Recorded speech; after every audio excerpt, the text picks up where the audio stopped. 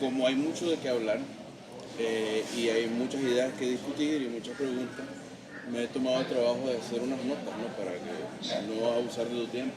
No es ningún abuso. Así que, bueno, estamos entrevistando a Félix Maradiaga, a quien yo precisamente presentaría como político opositor exilado, que inició su trayectoria, entiendo, como trabajando en temas de desarme bajo un gobierno liberal.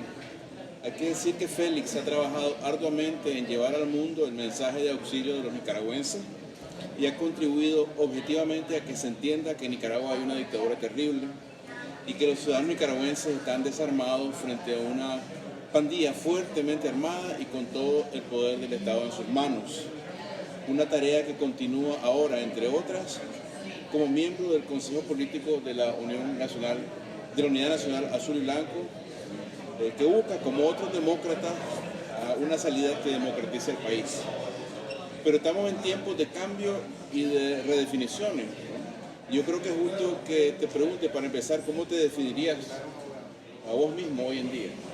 Yo me defino como un ciudadano indignado, como un ciudadano autoconvocado y comprometido con un cambio radical de sistema.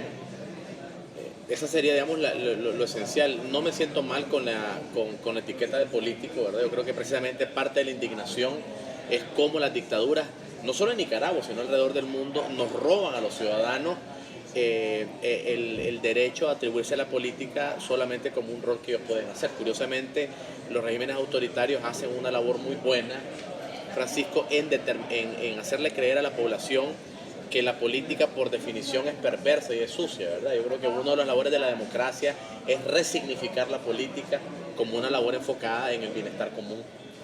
Como hacía notar anteriormente, y como este conocimiento público, tuviste que salir al exilio. ¿Ha cambiado en algo tu perspectiva política y estratégica el estar fuera del país? ¿Se ven diferentes las cosas? Yo no diría que ha cambiado, yo diría que más bien lo que ha hecho es reconfirmar muchas de mis posiciones.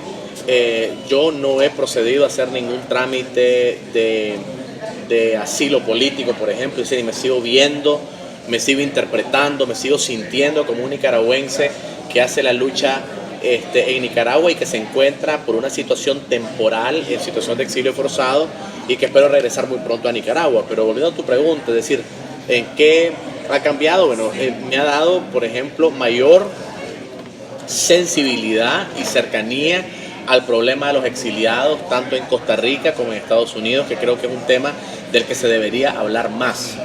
En segundo lugar, me ha reconectado con mi experiencia diaspórica, es decir, yo tuve diría que la oportunidad, porque aunque fue un momento muy difícil de mi vida, pero me tocó vivir el exilio por un poco más de 2 años en mi adolescencia, un exilio muy difícil porque fue sin la compañía de mis padres. Me tocó venir, mi padre había muerto muchos años antes y me tocó venir solo, es decir, sin acompañamiento familiar. Entonces me ha reconectado con las aspiraciones, con los retos, con los anhelos, con las frustraciones de la diáspora. Me ha reconectado con esa otra Nicaragua a la cual los mismos nicaragüenses dentro de Nicaragua, particularmente los que han estado en el poder de todos los partidos políticos, le han dado la espalda, que es al exilio nicaragüense. Y además de eso, ha reconfirmado una hipótesis que yo le he tenido siempre muy clara, pero no es lo mismo tenerlo claro a un nivel intelectual que en una confirmación más íntima, más humana.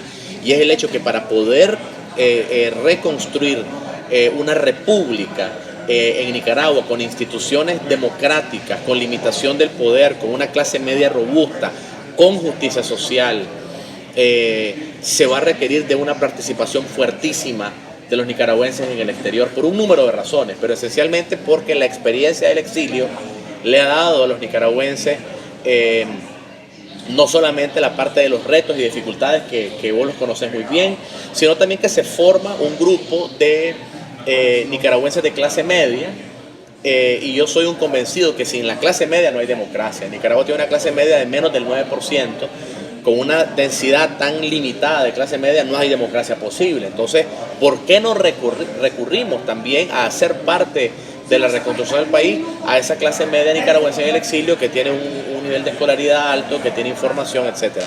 Entonces me he alargado mucho en tu pregunta, pero es que yo creo que vale la pena aprovecharla para enfatizar con mucha humildad que yo he aprendido mucho del exilio, he aprendido mucho. Y a un nivel quizás más espiritual, más personal, pues después de haber venido de muchos años de una prosperidad económica personal por mi labor, que muy poca gente sabe, mi labor del sector privado. Yo soy un pequeño empresario de las energías renovables y eso me había dado pues cierta comodidad, ¿verdad? No una abundancia, cierta comodidad, y regresar al exilio a vivir en condiciones familiares, digamos, difíciles, más bien estrechas, pero ahora estoy más cerca de mi familia que nunca. Es decir, estamos en un apartamento de una habitación, mi mamá, mi esposa, mi hija, y nunca hemos estado tan cerca. Me decía mi hija, y era algo sabio, me decía: papá, esta cama es más pequeña y me gusta más porque estamos más cerca. Porque una cama pequeña dormimos los tres, ¿verdad? Entonces ha sido una experiencia complicada, pero siempre trato de ver la parte positiva. Yo estoy muy agradecido con el exilio. Cuando digo el exilio me refiero a las personas. Estoy agradecido con las personas, sobre todo en Miami, que nos han acogido, compartiendo lo poco que tienen. No nos ha faltado un plato de comida, gracias a la gente que se ha puesto a la orden. Cuando hemos necesitado un vehículo para movernos, no hemos tenido que comprar automóvil porque siempre hay alguien que nos presta un vehículo, ¿verdad? Entonces lo que te quiero decir es que ha sido una experiencia dolorosa, enriquecedora, pero a la vez aleccionadora. Ok, bueno, eso quiero ver si sigue.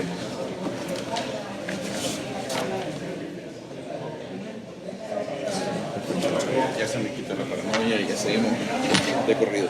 Bueno, ya llevamos 14 meses desde que estalló la actual crisis política en Nicaragua. Yo creo que nadie duda que la crisis ha cambiado cómo piensa la gente acerca del país y de su gobierno. Ya no es, por ejemplo, el país seguro y feliz, ¿no? De la propaganda, y ahora se habla de dictadura, que no se hablaba antes. Y la economía, que iba creciendo a un paso moderado, se desploma. ¿Qué más ha cambiado? Mira, yo creo que la parte más importante del cambio es el despertar ciudadano. Existía en Nicaragua antes de abril una conciencia sobre la dictadura que era limitada, era una conciencia muy fuerte en algunos sectores de la población.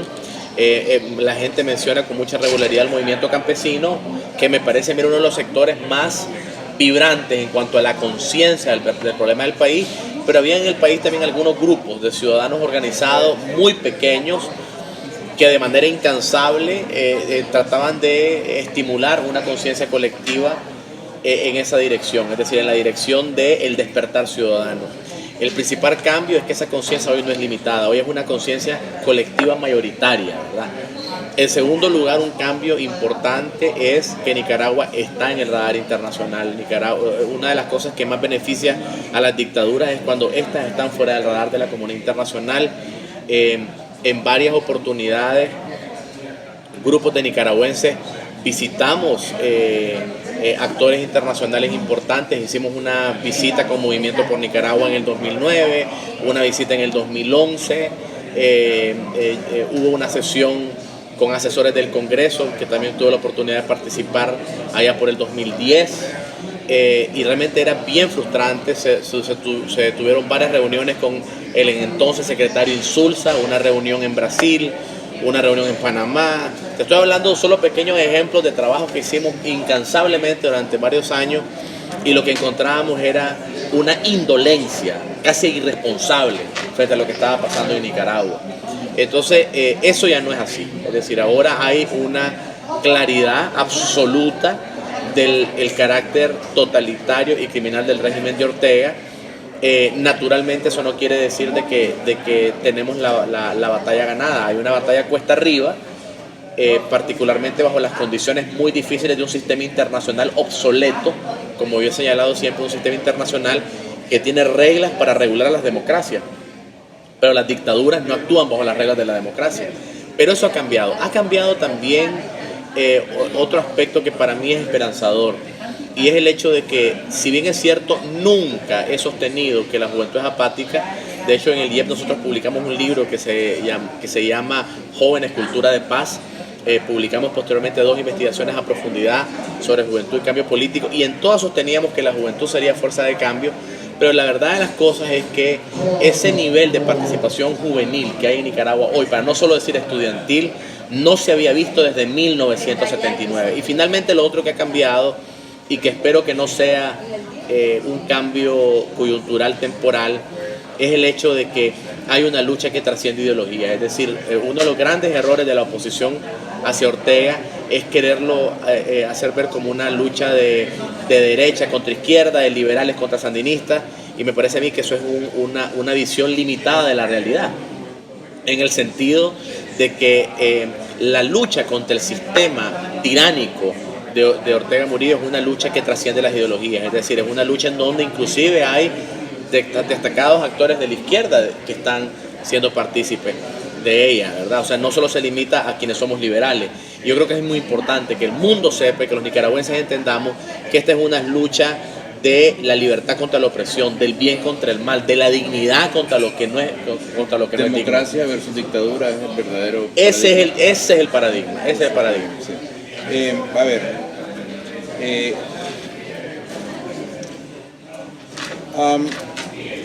hay unos paralelos para mí escalofriantes entre Venezuela y Nicaragua. Te señalo 2. Uno es los procedimientos de represión y control que parecen sacados del mismo manual. El segundo es la estrategia de la oposición al chavismo y a Maduro, especialmente el apego al llamado diálogo y negociación. Yo creo que son innegables esos paralelos. Y si en Venezuela han llevado a la perpetuación del régimen por más de 16 años, ¿por qué no habría de ocurrir lo mismo en Nicaragua? Es verdad que el Estado Nica no tiene petróleo, pero la destrucción de instituciones en nuestro país es prácticamente total, mientras que en Venezuela al menos se ha podido salvar el Congreso. Sí, los paralelos son innegables, y yo creo que sería ingenuidad no admitir, o por lo menos no reconocer, que existe un manual, ¿verdad?, para decirlo de forma figurativa, de los regímenes autoritarios, en donde el uso del diálogo político ha sido para oxigenar estos regímenes. Entonces yo creo que el primer error sería no reconocer esa realidad. Creo que hay que aprender de los errores que han cometido movimientos de oposición en otras partes del mundo, y uno de los errores que de manera pública y abierta y muy transparente los hermanos y hermanas de la oposición venezolana nos han dicho es tener cuidado con los diálogos que solo sirven para oxigenar a los regímenes autoritarios. Entonces yo creo que el primer paso frente a ese paralelismo es reconocer el peligro, es decir, y no idealizar los diálogos como una salida obligatoria, si no está acompañada de características esenciales que hacen del diálogo un proceso legítimo. De lo contrario, tenemos que hacer un error. Esa es mi primera acotación, digamos. Por otro lado, no puedo abandonar mi compromiso personal, humano, histórico con la lucha no violenta, ¿verdad? Y una de las características esenciales de la lucha no violenta es priorizar la posibilidad de que las partes puedan llegar a acuerdos políticos. Desde el punto de vista estrictamente de principios, digamos, quizás tomados de la filosofía cristiana, se dice de que se odia el pecado, pero no se odia al pecador. Es decir, que podemos diferenciar entre la maldad y la perversidad del sistema, pero también reconocer de que en este caso, para hablarlo de manera más concreta, que este es un conflicto entre nicaragüenses, no es un conflicto con una invasión extranjera, no es un conflicto entre terrícolas y alienígenas. Entonces, si nosotros reconocemos de que este es un conflicto entre nicaragüenses y creemos en la no violencia, lejos de suponer de que podemos exterminar al enemigo, como es por ejemplo el pensamiento clásico en una guerra, tenemos que darle alguna oportunidad a la posibilidad de un encuentro, de una salida negociada en algún momento. Pero tiene que ser una salida negociada bajo condiciones fundamentales de voluntad política, de transparencia, de compromiso con las vidas que fueron cercenadas en abril de 2018, es decir, no estamos hablando de una negociación política a costa de. Y esta es la parte más complicada, ¿verdad? Porque pareciera ser una contradicción, es decir, reconocemos la altísima probabilidad, casi con certeza, de que el régimen en su perversidad quiere instrumentalizar el diálogo, pero por el otro lado también reconocemos que la guerra, que las armas no son la salida. Entonces la solución está precisamente en un camino que yo le llamaría, digamos, un camino intermedio. ¿A qué me refiero con un camino intermedio? Para decirlo en términos muy criollos, ¿verdad? En el reconocimiento de que somos pacíficos pero no somos tontos. Es decir, que creemos en la paz, pero no vamos a permitir una paz a costa de, ¿verdad? Y esa es la parte compleja. Bueno, ya que hablas de cristianismo, ni en el Nuevo Testamento especialmente, ya no hablemos del Viejo Testamento, ni en las discusiones posteriores, se asume que la justicia terrenal deba ser abandonada en ningún momento, ¿no? Entonces ese es un problema con asumir que vas a negociar y ceder. Es que es a eso que me refiero cuando yo hablaba de los principios fundamentales. Te decía que uno de ellos era que no, vos lo has dicho de manera mucho más clara, pues yo te decía, no puede haber negociación a costa de las vidas cercenadas. ¿A qué me refiero con esa afirmación? De que toda negociación debe tener como principio sine qua non la memoria, la verdad y la justicia.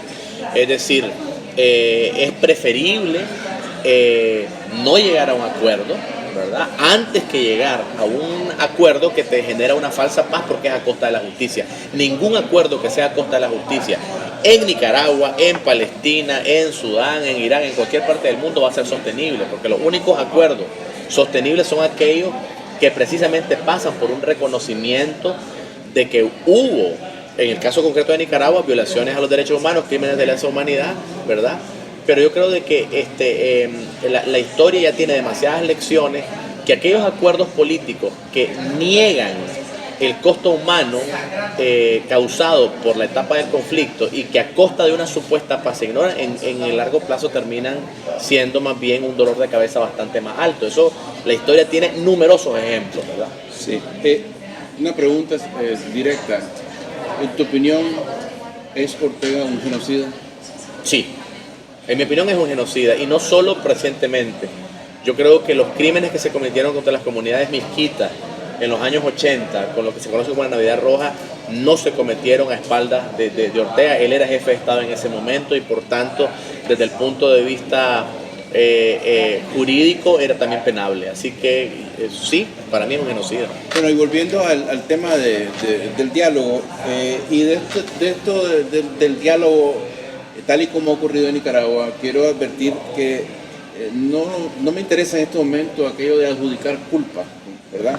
Que uno bien podría, o cada quien tiene su opinión, sino de entrar en ese proceso de aprendizaje para ver qué es lo que conviene hacer, ¿no? Entonces, desde mi punto de vista, por ejemplo, quizás sea aventurado para algunas personas, pero yo me atrevo a decir que la estrategia de diálogo salvó a Ortega en el 2018 y le dio tiempo para reorganizarse y lanzar sus paramilitares contra la población. ¿Me equivoco? No, creo que no te equivocas. Yo lo he dicho públicamente. Creo que la forma en que se dio el diálogo 1.0, digamos, ¿verdad? Le dio ventajas al régimen. Es decir, se dio en un momento en el cual había una explosión ciudadana que creo que iba en ascenso, y me parece que se enfrió la calle, pues, de alguna manera. Me parece de que había una rebelión ciudadana que, en mi opinión personal, y lo he dicho ahora y lo digo con mucho respeto, también lo repito, o sea, no quiero retractarme de lo que opiné antes. Me parece de que mis opiniones han sido muy transparentes y públicas. Creo que había un ascenso, una efervescencia de la rebelión popular que fue enfriada, y que hoy en el largo plazo nos estamos dando cuenta que fue un error, porque los muertos continuaron, los exiliados continuaron, las cárceles continuó. Yo di declaraciones al respecto, escribí al respecto, tuiteé al respecto, ¿verdad? Y no estaba diciendo que no era momento de negociar, pero me parece de que tenía que ser en el momento en que hubiese una correlación de fuerzas distintas, ¿verdad?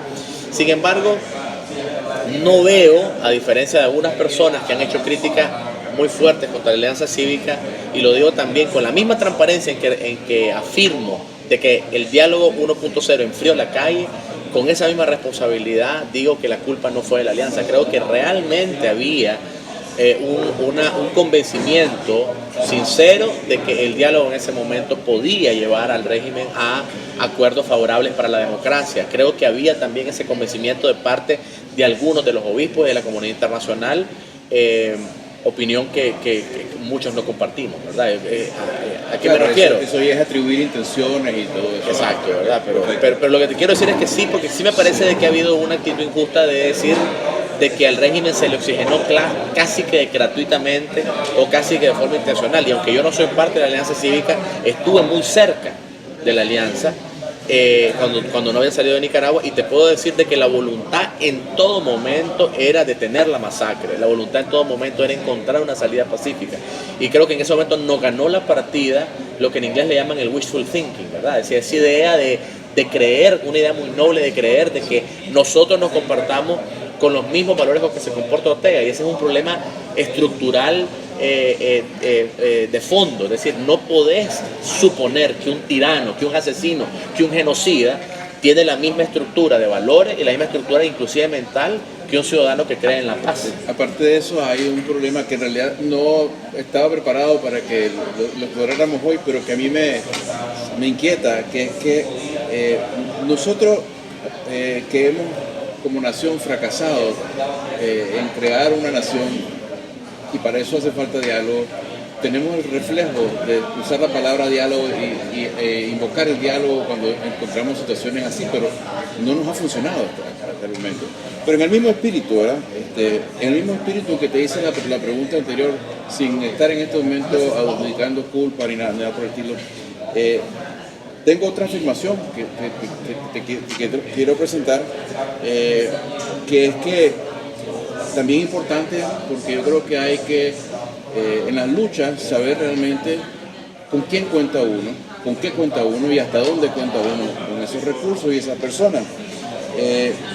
Y yo me atrevo a decir, ¿verdad? Y lo he dicho, que los grandes grupos empresariales que gobernaron con Ortega, en un momento crítico de la crisis, se negaron a decirle a Ortega: no señor, no más, usted no puede gobernar este país sobre un genocidio, y abandonaron a la gente cuando el país estaba casi paralizado. ¿Me equivoco?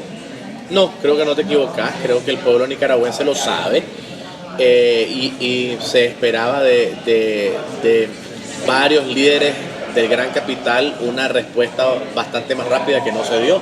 Creo que el pueblo sabe que no solamente en ese momento, sino que durante muchos años, cuando Ortega estaba matando campesinos, cuando estaba impidiendo marchas del Movimiento por Nicaragua, de la Coordinadora Civil, cuando estaba anulando personerías jurídicas de varios movimientos de oposición, cuando se estaban golpeando a los jóvenes de Ocupains, varios de los líderes de sectores del gran capital de los cuales se hubiera esperado una actitud más solidaria, más cristiana, fue la de darle espalda. ¿Bien? Me parece que ese es un tema ampliamente reconocido, y yo creo que la única forma de repararlo es nombrándolo.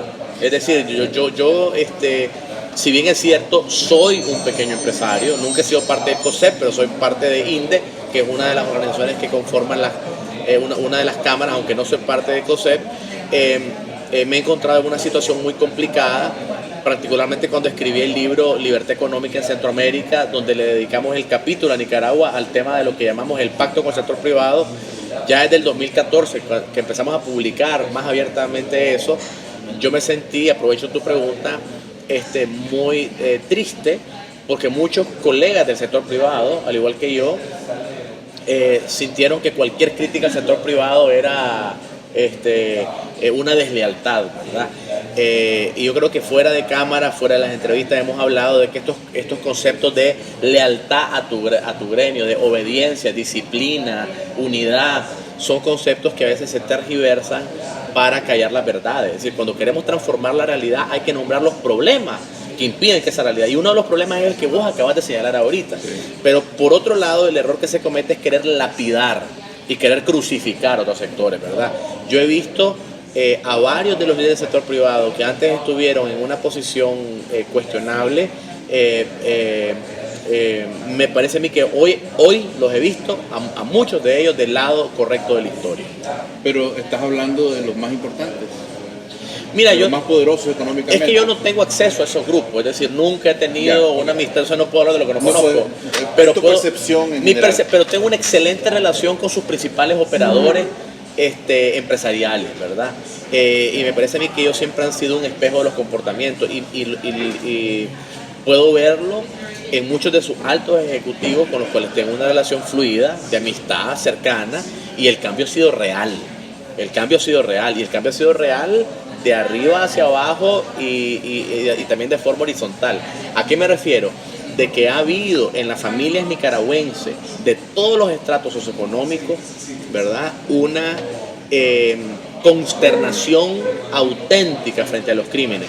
Y eso lo has visto desde la familia de alguien que era policía y se dio cuenta de que su hermano policía pertenecía a una institución criminal, desde la persona que era CPC en el barrio y que se sintió indignada, el joven que era parte de UNED que se sintió indignado. Muchos empresarios que estaban haciendo plata con Ortega también han llorado, los he visto yo, llorar de arrepentimiento. Yeah. Entonces, mi posición es que nosotros tenemos que continuar tendiendo puentes para que todas las personas, desde el activista del CPC de un barrio, el militante del Frente Sandinista allá en el Coabocay, el líder del CLC que estaba denunciando a las personas que eran parte de la oposición allá por el 2009, 2008, es decir, todas estas personas que en algún momento estuvieron del lado oscuro, me parece a mí que tenemos que hacer un trabajo para explicarles y para decirles de que siempre hay tiempo para abandonar el barco de la tiranía, porque también ese es un problema estructural que tenemos nosotros nicaragüenses, ¿verdad?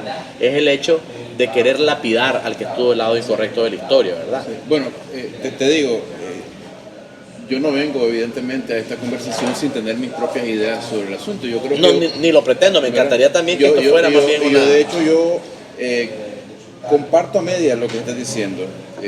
La mitad que comparto es que no se trata de lapidar, mejor dicho, no se trata de eliminar la empresa privada.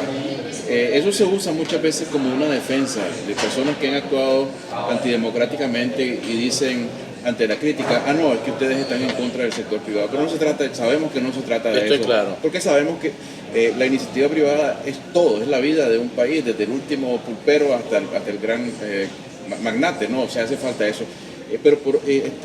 Entonces no se debe usar de esa manera. Pero por otro lado, claro, hay que pensar en cómo crear cohesión social.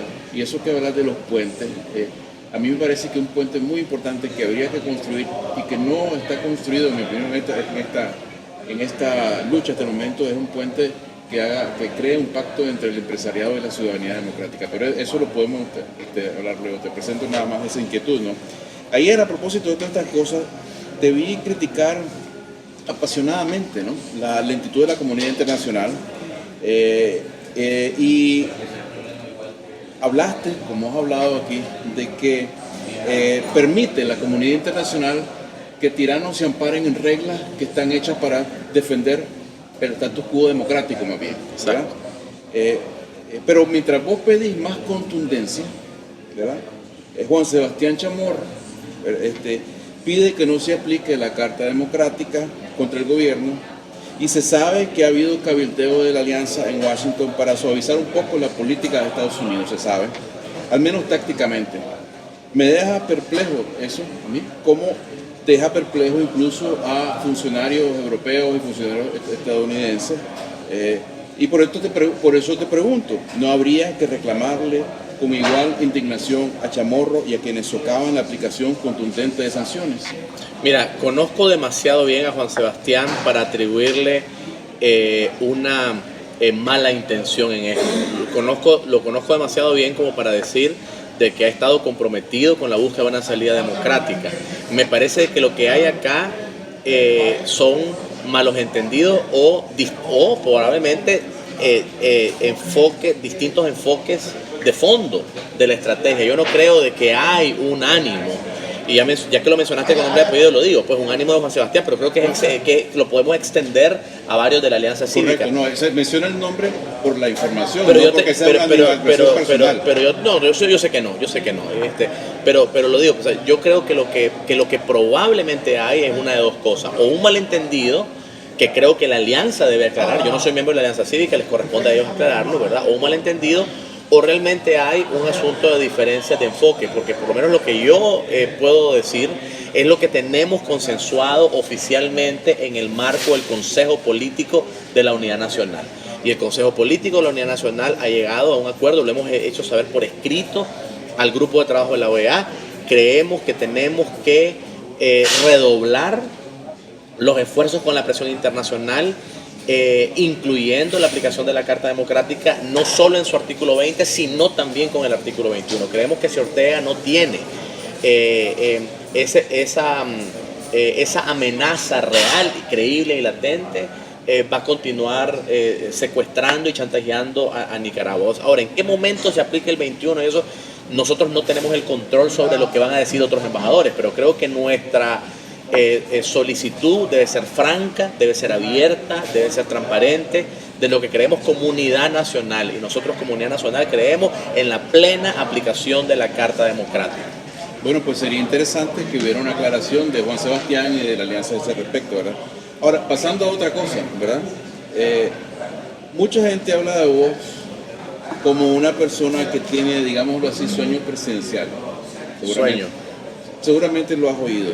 En cualquier país civilizado del mundo eso es no solo natural, sino que es hasta deseable. Es competir para servir, el concepto. Y ya sabemos que en el caso de Nicaragua, desgraciadamente, la política es trágica, es tragedia, y la ambición individual, que pues, no tiene nada de malo en sí, necesita verse subordinada al bien común. Pero no sería sano que en estos tiempos de renovación y de transparencia la gente supiera qué esperar de cada quien, ¿no? ¿Le ves problema a eso? Absolutamente ningún problema. Primero, sueño presidencial ninguno. Aspiraciones de servicio público, he sido siempre total y completamente transparente. Hace 4 años, por ejemplo, Lucía Pineda Uau, que es mi buena amiga de manera muy bandida, publicó solamente parte del titular para hacerlo más espinoso. Me preguntó, me dice: Félix, estamos hablando de eso hace 4 años, Félix, mucha gente te ve a vos como un político de nueva generación, ¿cuál es tu aspiración? Y yo le contesté hace 4 años a Lucía de que yo creo de que la política debe ser renovada, y la renovación de la política pasa por la participación de personas que no han estado sujetas a corrupción, que tienen una voluntad democrática y que deben participar y competir. Y le decía a ella, por ejemplo, a mí me entristece ver el transporte público, lo di como ejemplo de aquel momento, ¿verdad?, de Managua. ¿Cómo es posible que en un país en el siglo XXI las personas fueran como en condiciones menos favorables que un animal de granja, ¿verdad?, en un transporte público?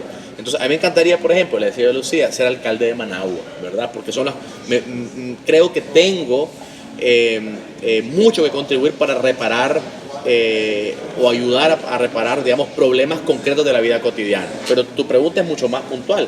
Tu pregunta es sobre la parte presidencial. Y quiero aprovechar para responderla con absoluta transparencia. Mira, en primer lugar, yo creo que el problema más grave que tenemos ahorita en el servicio público nicaragüense es que existe un hiperpresidencialismo. Y yo desprecio la modalidad de presidencia como institución que existe ahora. Me parece que es obsoleta, me parece que tiene demasiados poderes, y me parece a mí que requiere ser reformada jurídicamente. Entonces, por ejemplo, aspiraciones a ser el tipo de presidente que está hoy en Nicaragua desde el punto de vista jurídico, no tengo absolutamente ninguno, ¿verdad? Me parece que es totalmente contrario. Lo que sí quiero ser, y lo quiero decir aquí, y como lo he dicho en otros lados, quiero ser parte del cambio, quiero ser parte del grupo de hombres y mujeres que nos vamos a poner a la orden para poder reformar la política. Se van a requerir 5.000 candidatos y candidatas, que para mí es un número enorme. Tenemos que reducir el tamaño del Estado, concejales, alcaldes, diputados suplentes, pero rechazo, así como rechazo el hiperpresidencialismo, rechazo también cualquier intención de escoger a la persona que tenga la titularidad del Ejecutivo, de escogerla de dedo, ¿verdad? Me parece que eso es inapropiado. Así que sí, sin lugar a dudas, a mí me van a ver en algún momento, cuando sea el momento correcto, que creo que no es en este momento, me van a ver poniéndome a la orden de ese ejército de ciudadanos que tenemos que estar ahí trabajando en la transformación de la política. Ahora, ¿en qué posición va a ser más adecuado? Pues bueno, voy a escoger la posición en la cual yo pueda agregar más valor, en donde no divida y en donde pueda sumar voluntades. Una pregunta también directa. ¿Es legítimo el gobierno de Ortega y Murillo? Yo creo que es ilegítimo. Me parece, por esa razón yo no hice ejercicio del voto en las elecciones anteriores, porque me parece de que creo que ir a votar en las elecciones anteriores era ir a legitimar lo ilegítimo. Así lo hice saber públicamente, y me parece que Ortega tiene también, además de sus crímenes de lesa humanidad, un problema de ilegitimidad de origen. ¿Cómo va el pueblo de Nicaragua a derrocar a la dictadura orteguista? Mira, primero quiero reiterar que hay en mi corazón y en mi mente absoluta certeza que lo vamos a derrocar. Primero, es decir, siento que las personas que dudan o que lo ponen a veces en entredicho es porque no han visto de cerca la indignación del pueblo y su compromiso, ¿verdad? Dicho eso, reconozco que va a ser más duro de lo que creemos, ¿verdad? Creo que no va a ser por la voluntad de Ortega. Creo que tenemos que tener claro que Ortega, por su buena voluntad, no se va a ir. Lo vamos a tener que sacar, ¿verdad? A través de una combinación de mecanismos de presión. Esos mecanismos de presión incluyen, pero no debemos equivocarnos, no se limitan al tema electoral. Es decir, la presión electoral, es decir, organizarnos políticamente, organizar a la ciudadanía en la defensa del voto, tener partidos nuevos que puedan entusiasmar a la ciudadanía de cara a unas elecciones verdaderamente competitivas. Todas esas son cosas positivas, pero no suficientes. Tiene que ser una combinación de otros factores.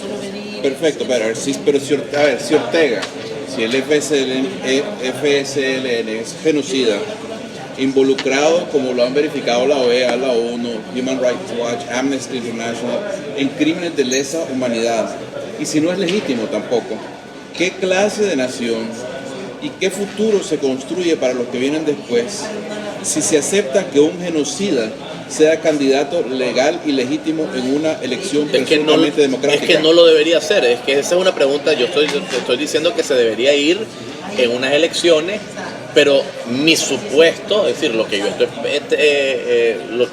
ese tema ni siquiera lo someto a discusión, porque mi supuesto es que él no va a estar en una boleta electoral.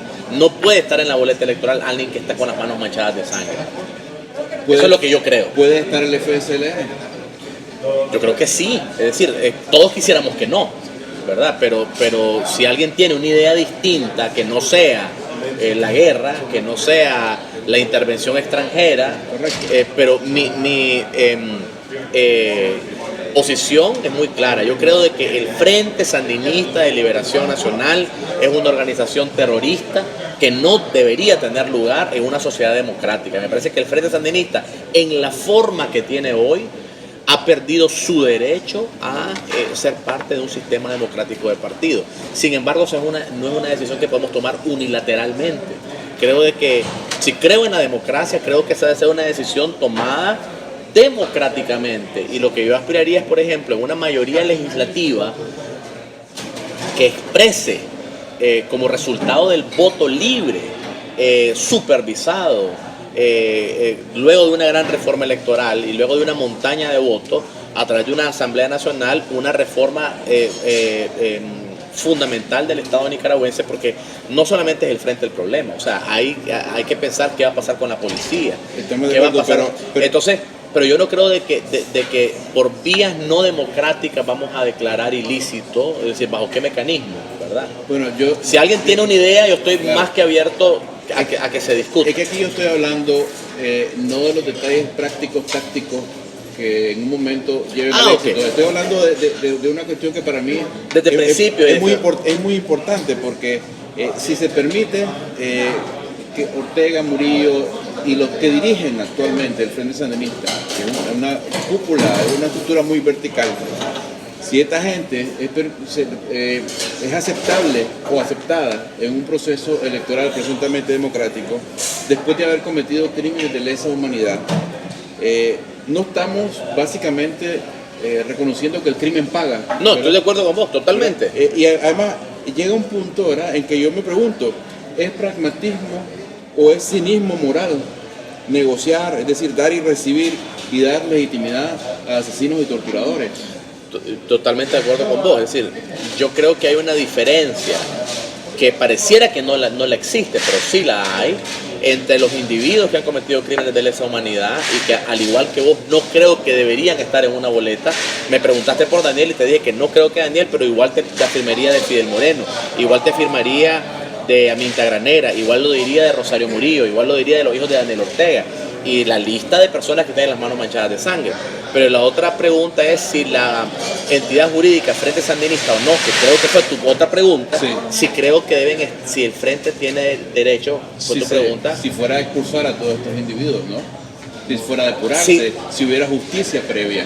Pero el problema es que el esquema de elecciones adelantadas que están impulsando en este momento no incluye justicia previa. Estamos entrando a otra pregunta ya más específica, que es el tema de elecciones adelantadas.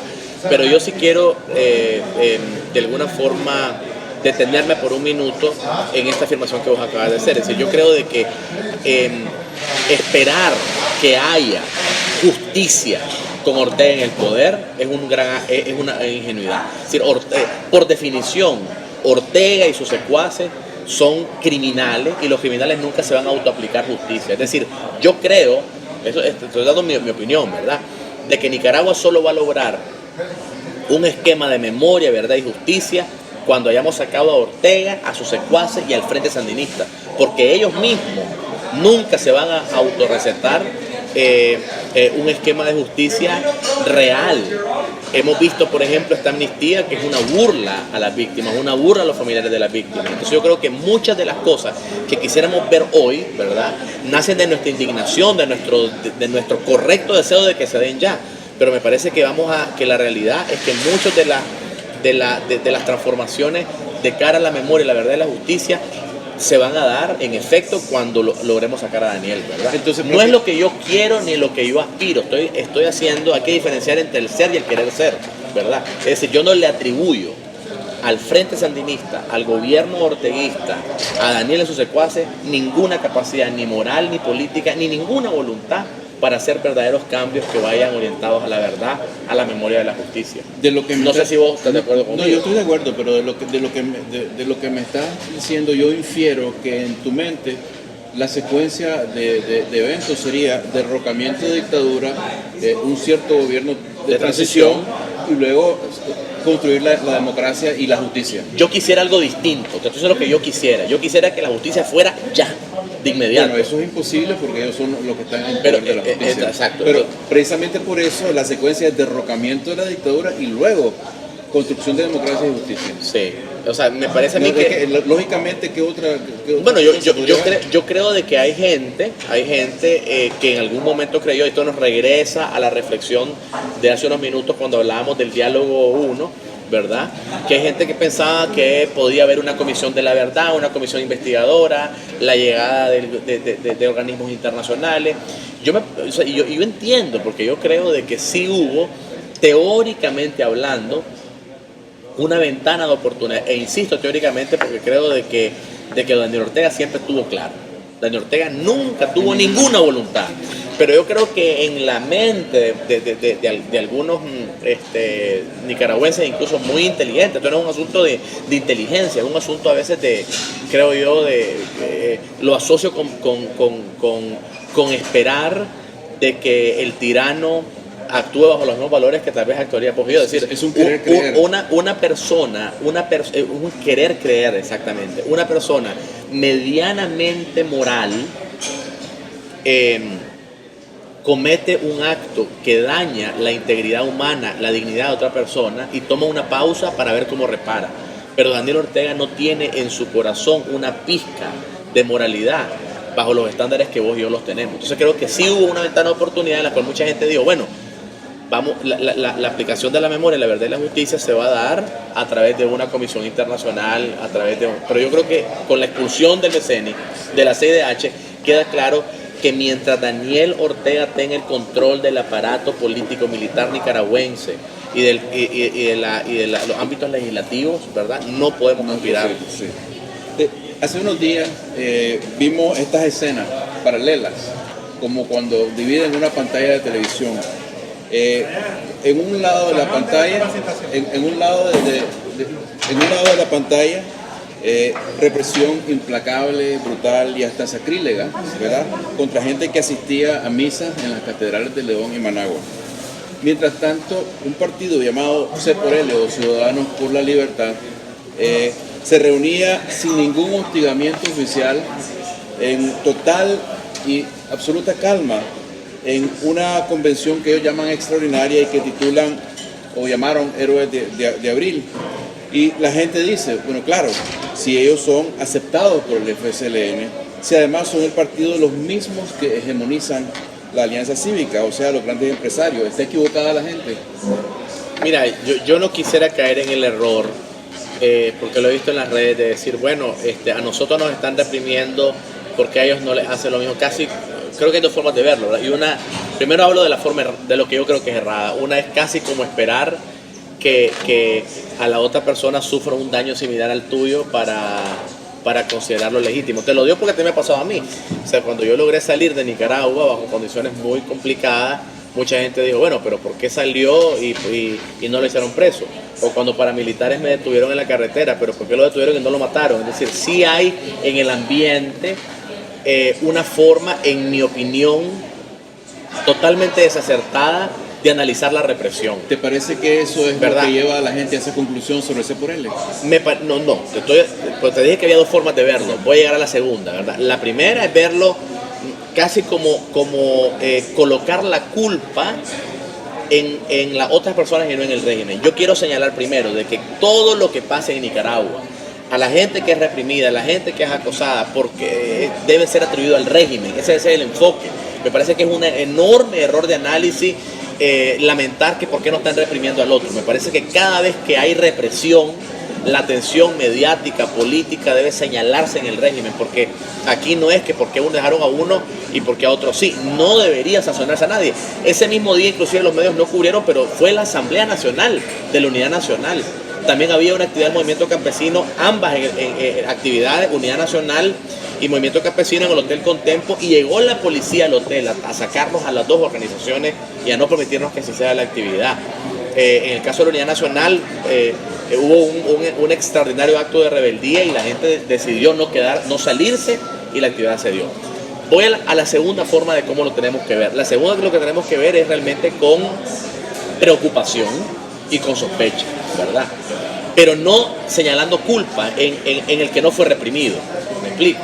Sino realmente una preocupación en el sentido de que claramente el régimen, y aquí sería ingenuo no decirlo, el régimen tiene distintas categorías de opositores y hay un tipo de opositor que es el ciudadano autoconvocado, el que no pertenece a un partido político, el que no ha estado vinculado al sistema, el que para el régimen es absolutamente indeseable, ¿verdad? Es a ese tipo de ciudadano el que va a la cárcel, el que es reprimido. Pero curioso, eso no creas que ser C por L da una inmunidad, porque varios miembros de C por L cuando se salen de ese esquema, digamos que el régimen no quiere, también les ha tocado pagar cárcel, ¿verdad? Esa es mi reflexión. Okay. Bueno, se sabe, ¿verdad? Ya hemos hablado un poco de esto, pues, pero se sabe que hay dos opiniones encontradas en estos momentos entre quienes quieren resolver la crisis política en Nicaragua. Unos dicen, hay que sacar a Ortega y después hacemos elecciones y transición democrática. Otros dicen, es imposible hacer elecciones libres y transición democrática mientras Ortega esté en el poder o tenga algún poder. Sin que esto sea un llamado a la controversia, porque es un tema que realmente hay que debatir. Y nada más por transparencia democrática, ¿cuál de las posiciones es la tuya? Yo entiendo que más o menos es la primera, ¿no? Que hay que sacar a Ortega primero como una precondición. Sí, yo creo que a Ortega, y me parece que jurídicamente se puede hacer, es decir, hay mecanismos jurídicos básicos. Por ejemplo, el tema de la no reelección, ¿verdad? Es fundamental tener total claridad sobre el tema de justicia transicional. Es fundamental tener una reforma radical del sistema electoral. No creo que sería ingenuo y hasta ofensivo suponer que vamos a ir a elecciones con un sistema electoral similar al que tenemos, aunque solamente se le hagan algunos cambios cosméticos, ¿verdad? O de persona. Entonces yo soy de la escuela de pensamiento que se requiere ese tipo de cambios, reconociendo, como te decía, que una dosis de pragmatismo político, pues, en el sentido de que la profundidad, la totalidad de los aspectos de memoria, de no repetición, de justicia, se van a tener que ver cuando haya salido Ortega del poder, y no antes. En tanto no reconozco ningún tipo de voluntad de parte del orteguismo. Ya estamos llegando al final de esto, pero tengo yo un escenario macabro en mente que me da vuelta todos los días en la cabeza, que es la idea de estas elecciones adelantadas con Ortega, y que en algún momento astutamente dice sí, ¿verdad? Pero obviamente, como se negocian las condiciones bajo la idea esta de pragmatismo, pues se les permite a ellos competir. Nadie en ese momento va a poder quitarle su control sobre las fuerzas represivas. Y bueno, ganen o pierden, y supongamos que pierden, a pesar de la intimidación que pueden ejercer, al final del proceso tienen un porcentaje del poder político formal, pero más que todo continúan en posesión de sus canales de televisión, de sus negocios, de sus aparatos de espionaje, de sus grupos de paramilitares, de su control sobre la policía y sobre el ejército. Y a partir de ahí se han legitimado, porque ya son de nuevo alcaldes, diputados, dieron elecciones, participaron en un proceso legítimo de elecciones. Y si alguien luego empieza a reclamar las cosas que estás reclamando, ¿no?, de justicia verdadera, de democratización verdadera, pues muy fácilmente uno puede imaginarse una situación como la que ocurre en otros países, donde empiezan a aparecer activistas muertos por centenares. Mira, tu escenario macabro es un escenario de alta probabilidad, ¿verdad? Y yo creo que por eso tenemos que conectar ese escenario de alta probabilidad con una pregunta que usualmente se hace de manera muy ligera y que se responde también de manera muy ligera, y es, ¿tienen aspiraciones a la presidencia o a la política? Porque pareciera como que estamos hablando de un estado en donde va a ser un premio estar en el servicio público, ¿verdad? Desafortunadamente, y estoy conectando las dos preguntas en el siguiente sentido. No tenemos que ver a las personas que van a estar al frente de la Asamblea Nacional, las personas que van a estar en el Poder Ejecutivo, las personas que van a desalojar al Frente Sandinista por la vía electoral en el escenario menos perverso, ¿verdad? No tenemos que verlas como personas que van a ir a tener privilegio o que van a gozar de un botín de guerra, que es lamentablemente la mentalidad histórica que hay cuando sale un partido y entra otro. Yo creo que vamos a continuar la parte más ardua de la lucha. Cualquier persona, desde un concejal, desde un alcalde, desde un diputado, va a tener que tener, en vez de la fotografía de la presidenta o del presidente, y esto lo voy a reiterar, en vez de tener la fotografía de la persona electa como presidente en la oficina, que es muy común, ¿verdad? Esa fotografía, claro, sí. La fotografía de Alvarito Conrado, la fotografía de cada uno de los muertos, para que recuerden que la parte más dura de la batalla no es el día de que se ganen las elecciones, sino al día siguiente, porque el Frente Sandinista va a tratar de hacer exactamente lo mismo que le hizo a doña Violeta. Pero eso en 1990. Bueno, en este caso yo diría que peor, porque en este caso, en mi escenario macabro, que además de alta probabilidad, lo que queda en lugar del régimen anterior es un sicariato, ya no gobernando desde abajo, sino matando desde la sombra. Sí, pero porque la foto de Alvarito en la oficina de un alcalde no va a impedir que eso ocurra. Pero es que vos estás asumiendo, es que mira, me parece a mí, y sé que no es tu intención, pero me parece a mí que a veces se subestima la valentía, la convicción del pueblo nicaragüense. Es decir, la gente y por eso creo que es tan importante escoger a quienes van a estar administrando la gestión pública en todos los ámbitos. Es decir, si hubo valentía para podérsela enfrentar sin tener control del gobierno, enfrentársele, digamos, a la dictadura, gran parte de la probabilidad de éxito de la ciudadanía azul y blanco autoconvocada va a ser mantener esa misma actitud de valentía una vez que se haya logrado llegar al gobierno, ¿verdad? Es decir, y perdón que haga una comparación que a muchas personas les va a parecer incómoda, pero creo que eso nos faltó en 1990. Eso nos pasó en 1996 cuando también llegó Arnoldo Alemán al poder. O sea, nos faltó darle al pueblo el protagonismo que el pueblo tiene. O sea, ese pueblo que históricamente solamente se le ha llamado para cuando tiene que poner el pecho, tiene que estar al frente, ¿verdad? Desmontar una policía, por ejemplo, como hay que hacerlo, sin un masivo respaldo popular va a ser imposible. Poder ejercer el poder en una alcaldía va a ser imposible sin un protagonismo popular. Entonces, yo lo que creo es que hay que utilizar, y la comparación va a ser un poco también incómoda, pero hay que utilizar algunas de las herramientas que solamente la izquierda han utilizado históricamente luego de los periodos insurreccionales o revolucionarios, que es básicamente tener un gobierno con movilización popular constante para poder cumplir con los objetivos que tenemos. Pensar en una administración pública clásica, conservadora, burguesa, que va a llegar a administrar el Estado y creyendo que con votos en la asamblea, a ver cuántos levantaron la mano, cuántos llegaron ahí, va a poder hacer una reforma, es realmente un acto de ingenuidad inmenso que no nos podemos dar. Correcto. Cuando estoy hablando de Alvarito, cuando estoy hablando de los muertos, cuando estoy hablando de recordar a los presos políticos, y creo, por ejemplo, que muchos de los presos políticos van a jugar un rol fundamental. Esos que aguantaron meses de cárcel, de tortura y no se obligaron, van a tener que tener puestos protagónicos fundamentales también en la administración pública. Pareciera que mi posición es un poco populista, un poco insurreccional o revolucionaria, pero es que yo creo que solamente un gobierno con permanente movilización popular, inclusive con la capacidad de poder enfrentar directamente la probabilidad de un Ortega que quiera gobernar desde abajo.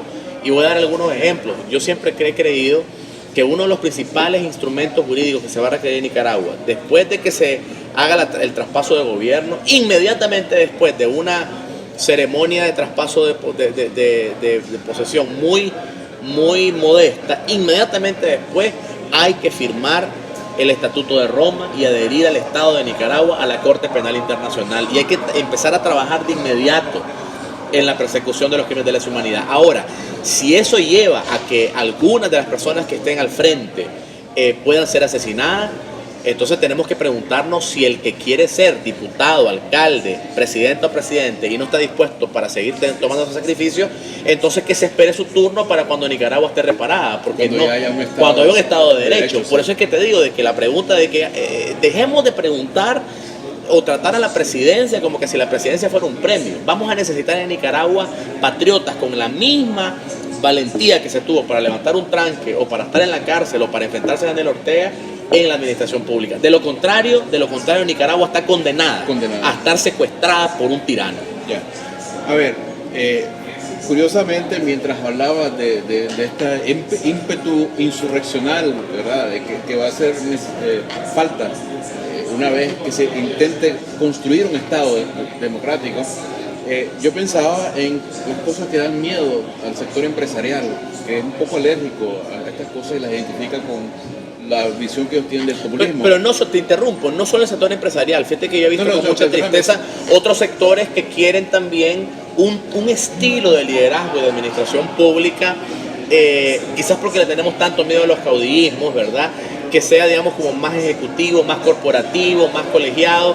Pero la verdad de las cosas es que vamos a necesitar una fuerte capacidad de movilización popular si queremos enfrentar los peligros del orteguismo.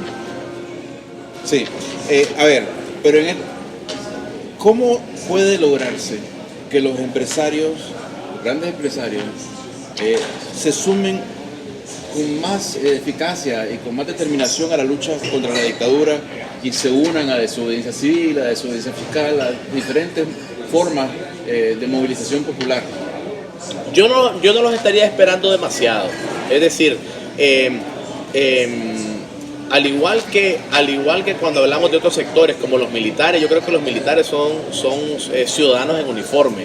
La diferencia entre un empresario y vos y yo, un empresario del peso económico al que me está mencionando, es el tamaño de su cuenta bancaria. Bueno, yo tengo las mías congeladas todavía, ¿verdad?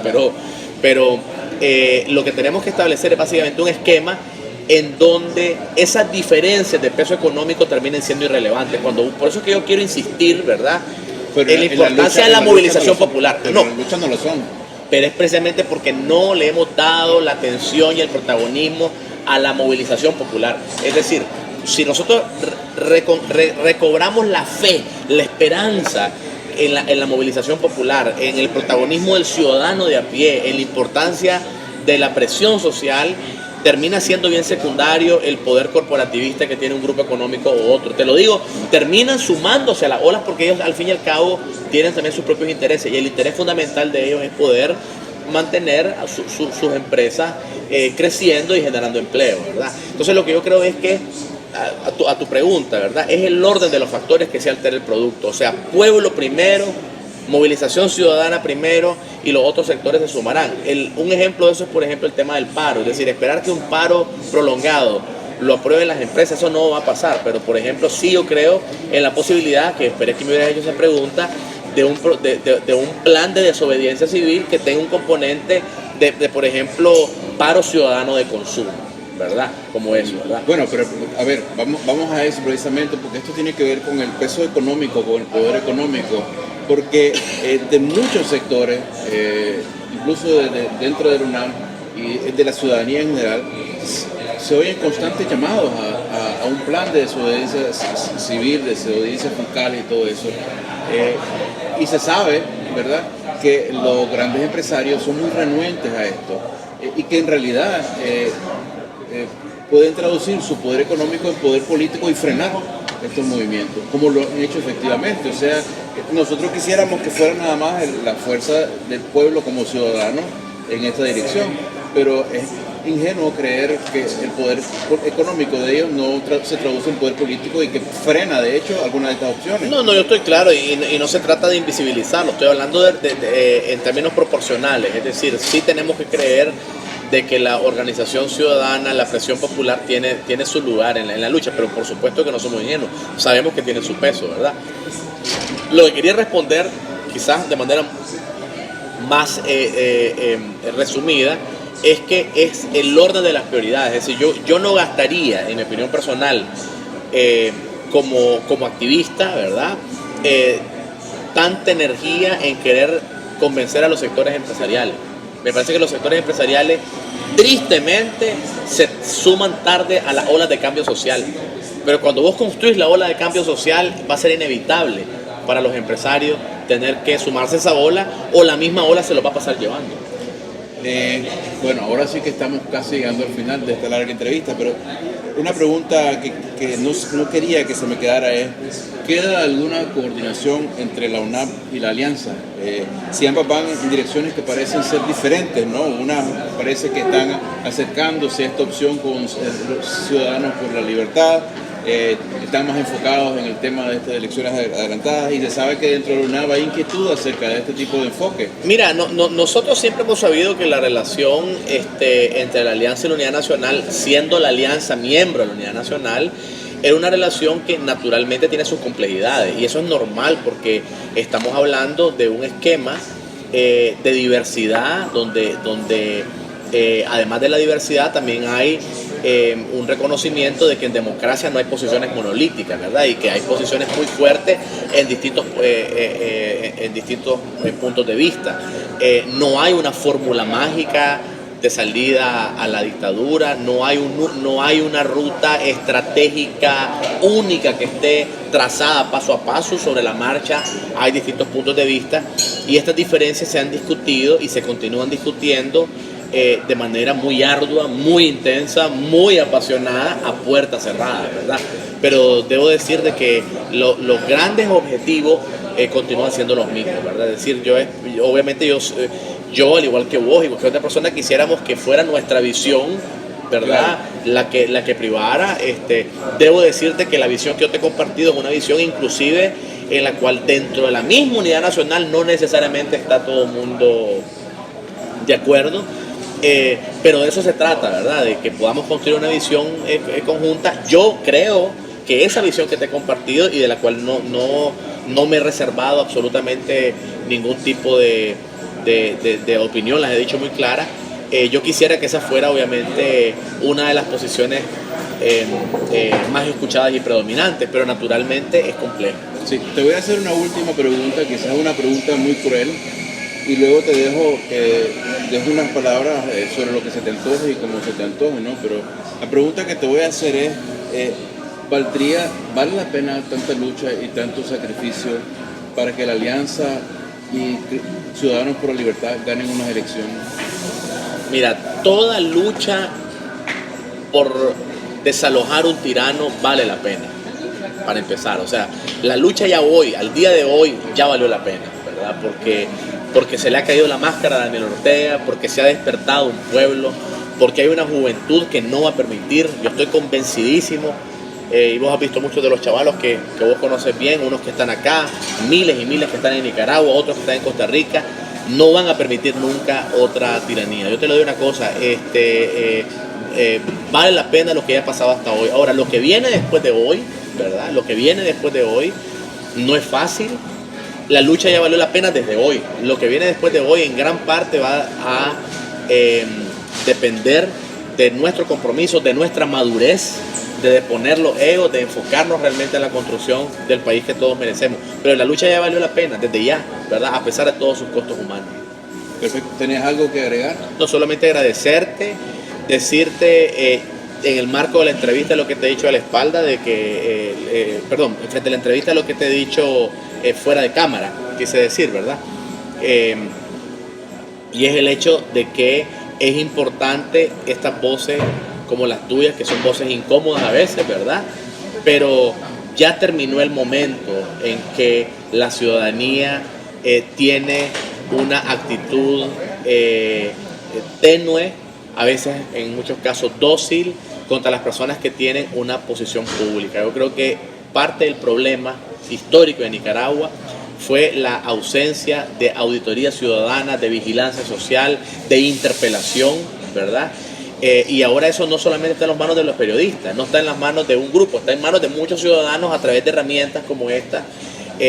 Debo decirte que no es naturalmente fácil, pero es importantísimo, porque yo estoy también convencido que el poder, la naturaleza del poder, ¿verdad?, en sus distintos niveles, ¿verdad?, es de generarse cuando no está sujeta a la interpelación, al cuestionamiento y a la regulación. Así que quiero felicitar esta revista, esperar que no pierda su tono analítico, pero también rebelde, porque creo que es lo que lo hace diferente. Bueno, muchas gracias entonces, Félix. Hasta aquí la entrevista.